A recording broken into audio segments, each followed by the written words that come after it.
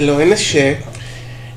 Those of you who know me knows that this YouTube channel is basically about paganism and witchcraft most of the time, but this time I would like to speak about Dark Souls 3 and the mysteries of Princess Goddess Filianore.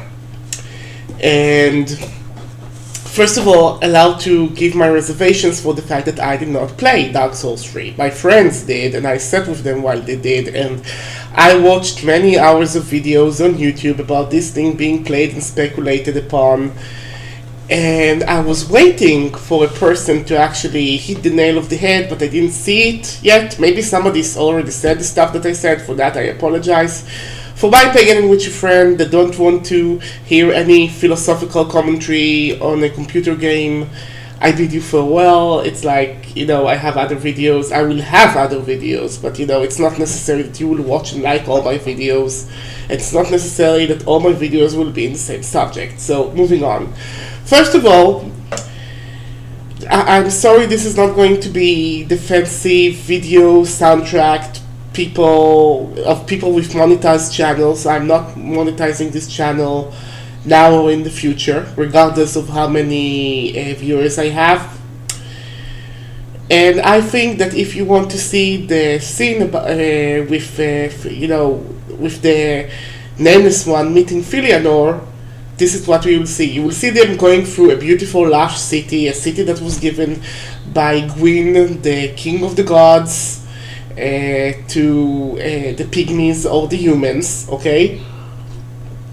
And the city is lush with vegetation, and basically you have to go through all the challenges to get to the temple in which Filianore rests, and she rests amidst foliage in a beautiful bed, and she has gray hair, and she has roots like veins beneath her eyes, and she holds this emptied, hollowed egg that has black and darkness inside, and when the nameless one touches the egg falls apart, and she wakes up, and then this light comes out of her, and basically the light blinds the nameless one, and when the blindness goes away, he sees himself in a desert land where everything is in ruin, and Filianore is basically a corpse with a pile of the broken egg. Okay, and many people are like, what does the sleeping of Filianore means? What does the egg mean? Why would Miyazaki, the creator of the game, would choose to put this in the end of the game?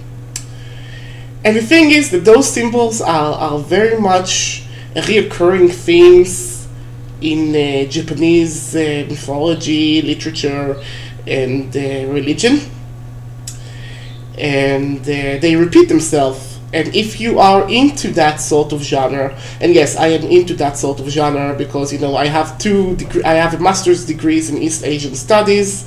I speak, read, and write basic Japanese, and I love Japanese literature. I'm not so much into the manga and anime, and that makes me a weird among my peers. I'm more into the heavy, rich literature and poetry of the Japanese people. Now, you have to understand that Japan is a very much agricultural country. The party that constantly wins since the 80s to be in control of Japan is basically the agricultural party. And that, if you ever ask yourself why does fruits and vegetables and rice is so expensive in Japan, it's because the agriculture, the farmers and growers in Japan, they get a lot of fundings, and their produce is superb. So if you want to get the perfect melon, you would pay maybe a few $100s sometimes for it. Okay, so you have to understand that vegetation and agriculture means something a bit different in Japan than in other places. Okay, now you have to understand that in Japan also each month has its own seasonal foods. You can very much love the specific Japanese traditional candy served during April, But if you don't hoard on it during April, you will have trouble finding it in May, June, or July. Okay, there are stuff that you can only find during Sakura seasons, and many times, whatever is not being sold during that season being exported outside of Japan in cheap prices, and you can't really find it. Like, you can't always find Sakura Kit Kats, for instance. Yes, it's a thing. So the average Japanese person really does feel the cycles of nature, really does feel the changing of the season, okay? And each month brings with it new culinary and basically sensory colors, scents, emotions, and flavors. So it's a very thing that is based to the center of Japanese culture. And also that culture is a culture that reveres nature, that reveres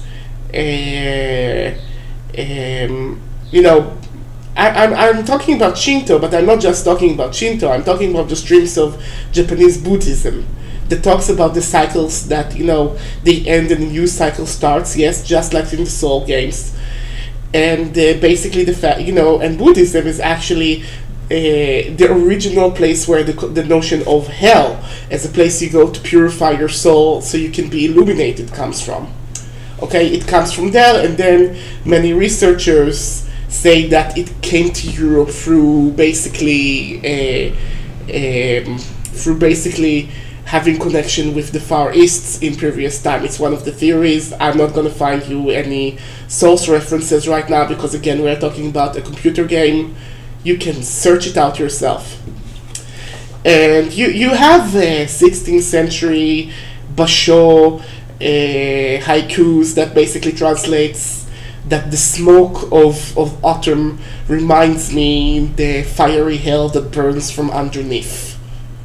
And even though it's not in haiku form, this is basically the translation of the haiku. So it's something that existed there, and it's not something that has to do with Christianity or Islam beforehand. It's a borrowed term.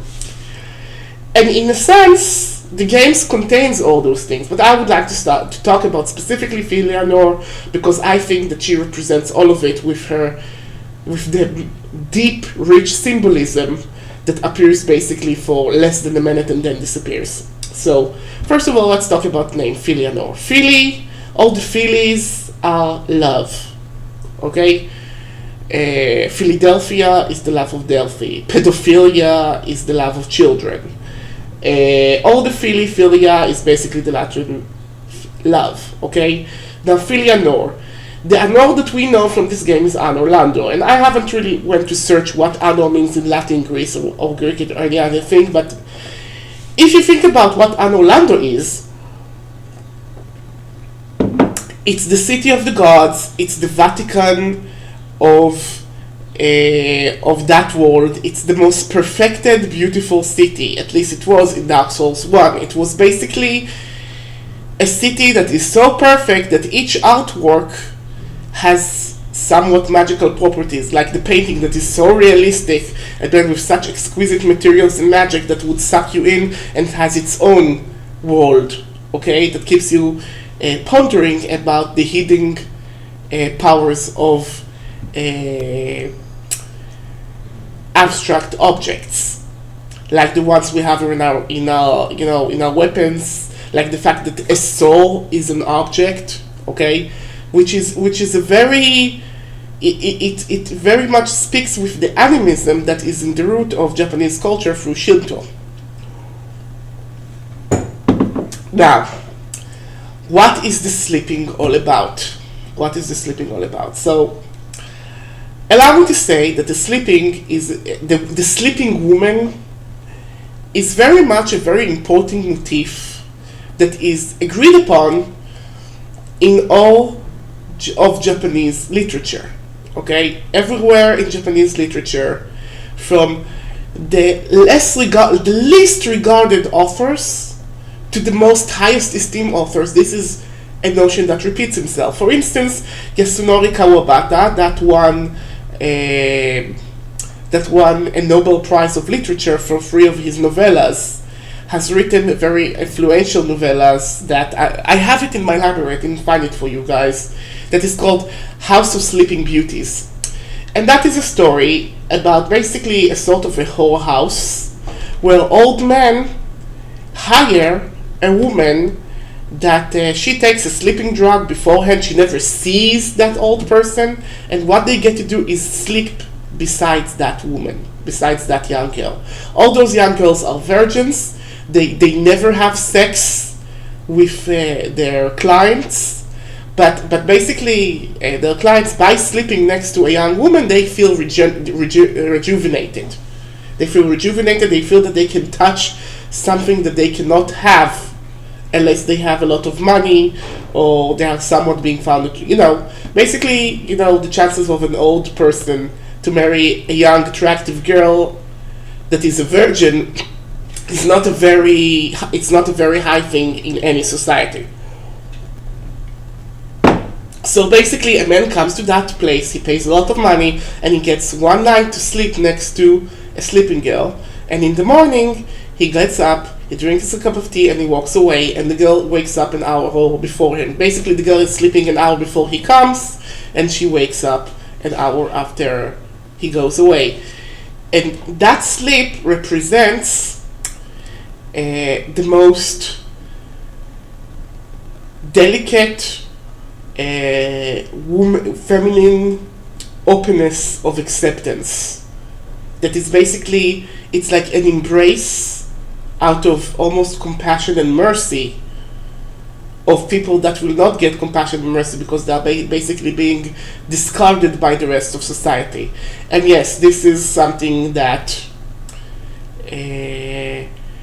Filianore represents, in a sense. She embraces the pygmies, she embraces the humans in a sense that the other gods never do. Now, another giant of Japanese literature, Junichiro Tanizaki, used the same theme in his book. This is in Hebrew. It's called The Key, and it's by Junichiro Tanizaki. And this is a horror novel of a woman murdering her undesirable husband by sexually arousing him. What she does basically is that she makes sure he uses all sorts of those cheap. You have to be aware that this book was published before the birth of Viagra, and even Viagra is not a very safe sort of drug, okay? But it was initially written in 1956, okay, after World War II. And that woman, basically what she does is she becomes very sexually active, and she keeps a very erotic journal with nude pictures for him to discover and read, okay? While he keeps his own journal, and basically in her journal and his journal, the episodes are like his POV, hers POV in journal form. That is very meticulously written because, again, it was written by one of the most important Japanese writers of its time. And basically, by causing him to be constantly sexually aroused, she would basically, after he gets aroused, she will take a sleeping drug and get drunk and faint in a false sleep, allegedly, so he can have his way with her. But she arouses him so much that she causes him basically several heart attacks, and he dies in the hospital, which allows him to move on with her life with a younger lover. Okay?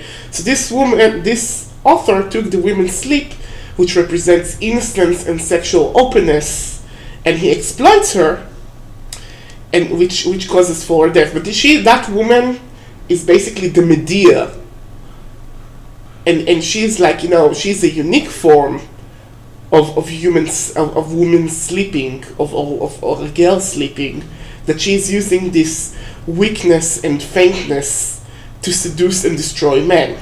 Okay?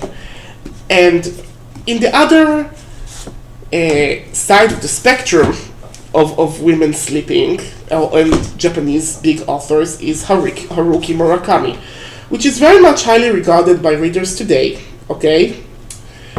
But is considered to be one of the bad boys of Japanese literature. He's not in the club with Kawabata or Kanzaburo or Junichiro Tanizaki. Okay, he's not in that fancy author-writer club. He's considered to be more pulpy. But even though he's very pulpy, he's using hyperrealism and postmodernism to basically frame what he thinks is wrong with modern Japanese society and also in modern industrial society. Also, he cannot detach himself from nature, he cannot detach himself from Shinto, like we cannot detach ourselves as much as we like from the religion and the spirituality of our ancestors. Okay?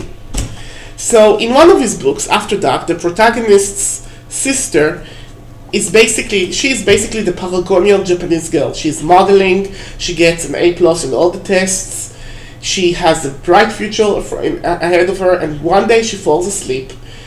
And she does wake up. She does wake up during the night. She eats a little something. She drinks a little something. She washes herself and she puts herself back to sleep. She basically sleeps 23 hours a day. And the entire house is basically tiptoeing around her, waiting for her to wake up, because the psychiatrist tells their parents that this is a temporary situation, but the temporary situation lasts for years. Which basically in here he says quite frankly that girl is being victimized by the modern society, the modern Japanese society that basically sucks her soul. And her soul is basically sucked into a television set that has basically an office building that is sunk beneath the waves, and she is locked, her soul is locked in that office building forever. And she cannot leave that office building, and her body stays on Earth. And this is basically the last we hear of her, because she's in an alternate dimension, locked and unable to respond, and her sleep represents that in the physical realm. Also, another in a short story, Blind Willow, Sleeping Girl, we have a girl that fantasizes about this tree that creates flowers that if they get to her ear through a sort of a wasp, it will make her fall asleep and never wake up, etc., etc., etc. It's a repeated hint. And you ask yourself, okay, I gave several options. What is the option as we see it in Dark Souls? Okay? Now, you have to understand that Dark Souls works in cycles. In a way, you can see many mirror images in Dark Souls. Like, Gwendolyn is doing the same thing that Gwyn does. Both in their way are trying to preserve the Age of Fire. Okay? Gwendolyn is doing this by creating illusion that of his sister, and that the sunlight and the fire are still exist even though they do not exist. And Gwyn has given his soul to basically placate the first flame. Now, I think that Guinevere and Filianore are again, they're having the same relationship of mirror images here. Guinevere left with Flan, god of fire. She escaped the drowning boat, leaving everybody behind her, leaving her brothers and sisters. She left Gwendolyn, Filianore, and Yoshka behind, okay, leaving her abandoned brother, okay, the nameless king. And Filianore is leaving humanity behind by basically falling asleep. This is her way to escape, okay? Now, her blessing is very much substantial because humans require agriculture to live, okay? Her fertility is not the same fertility of sunlight and birth as represented by Guinevere. Her fertility is one of the growing plants world. As you see, trees and plant life is very much revealed by Shinto, okay? So basically, her very presence in the ring city is the thing that allows the pygmies to rule the city with ease, because she promised them a bountiful harvest again and again and again. But once the pygmies die out or becomes hollow, they no longer need her services. So she falls asleep. She falls asleep because she's no longer needed. When she wakes up, her gift becomes meaningless. So she releases her basically spiritual essence into the samsara. She dies, and her divine blessing dies with her, with the rest of the gifts of preservation, perseverance, photosynthesis to the city, the ring city. I don't think there is a movement of time, and I don't think there is a transport to the abyss per se. Okay, I just think that the energy that kept that city alive died when she woke up, because basically she was deprived of her temporary escape, so she deprived the world of her blessing, in a sense. Much like the myth of Demeter and Persephone, that, once Persephone gets kidnapped, Demeter deprives the world out of her beautitudes. Now, the egg. The egg has a couple of meanings that are intertwined in one another. First of all, I would like to remind you that the egg is not an egg. Like the flame is not a flame, and like the soul is an object. Okay, again, we're talking about animism. This is not an egg of a living creature that hatched. This egg is representative, I think, of the agricultural power of what's left of it, of Filianore. Okay, and it's a fetish. She holding the egg, or what's left from the egg, is basically holding the power to keep the city alive. The egg, while she sleeps, can still maintain some of her powers because she doesn't have to spend them all at once. It's a symbol of incubation, but it's also a symbol of potential, because an egg has something in it that will hatch. But when you come to see Filianore, the egg is not hatched, the egg is aborted, because a hatched egg would leave just the pill behind, but the egg inside is black, it's dead. The potential is long gone. There is no potential for anything from this egg anymore besides the end of the cycle of life. And when you touch it, you activate it. You basically activate the fetish that brings about the end of the cycle, the end of the cycle that is being postponed by Filianore. Okay? Now, you as an American, British, or European player of Dark Souls 3, you ask yourself, okay, I get everything you're saying, Arden, but why in the end of the game? Why is this such an important thing to do in the end of the game? Why is it so obscure? Well, because there is another layer of meaning here, okay? It's very important for many people when they make a creation, not just Japanese people, also, American, British, the wise sort of people, when they create a book, a movie, something, and it's something that it's artful, it needs to have a saying, and the saying here is a very ecological saying. And ecology is a very important thing for many Japanese people. Like, the most important treaty that we have about keeping the earth is the Tokyo Amnesty, that many of the world countries have signed to reduce their carbon monoxide creation and stuff. And also Japan has been the victim of various horrible nature disasters that would seem very much apocalyptic. Nature disasters that would seem very familiar to some of you in the US that has been around different hurricanes and suffered, different earthquakes in the north. I'm talking about, of course, Hiroshima and Nagasaki during the First World War, but, the most recent thing that happened is the Tohoku disaster, where tsunami destroyed basically a nuclear power factory that contaminated different places of Japan and made them unlivable for a while. Okay, and it was a great national trauma. So I think that Miyazaki is trying to put the ecological message about human-nature relationships in the end of the game. Okay, even though the world works in cycles, let's not hesitate. Let's hesitate in bringing the end of this cycle. Okay, let's not touch what is sacred with our profane hands to bring basically the ending of everything that is beautiful and wonderful in this nature. Let's not bring ourselves into the world of Dark Souls, where life itself becomes meaningful and becomes the mere continuation of existence. Okay? Let's not destroy all the animals. Let's not destroy all the plants. Okay? Because the nameless one or the chosen undead basically is in every person. He represents like this, he or she, obviously.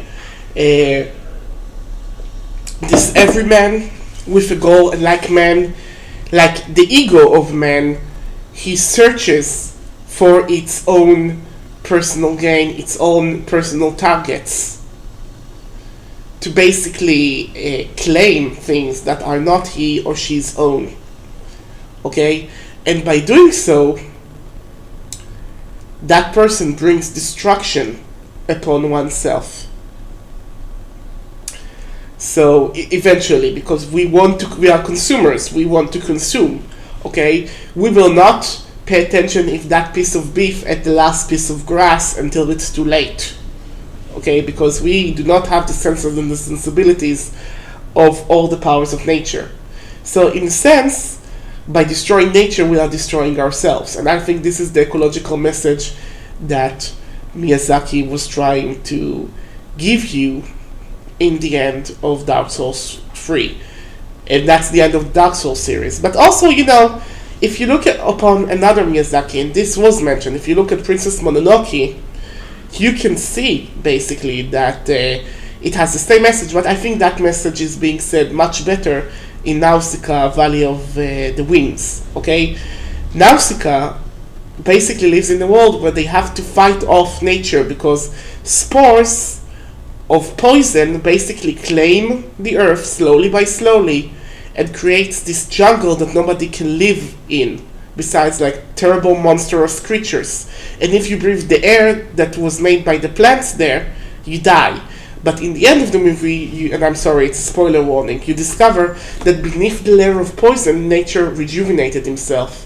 And once the layer of poison has spent itself, new greeneries grow beneath it. Okay? So I think that Miyazaki is basically saying, let's not get there. Let's not get to the end of the human cycle, so nature could basically press the restart button. Okay, I hope that this was an interesting and illuminating message for you. Goodbye, Hashem.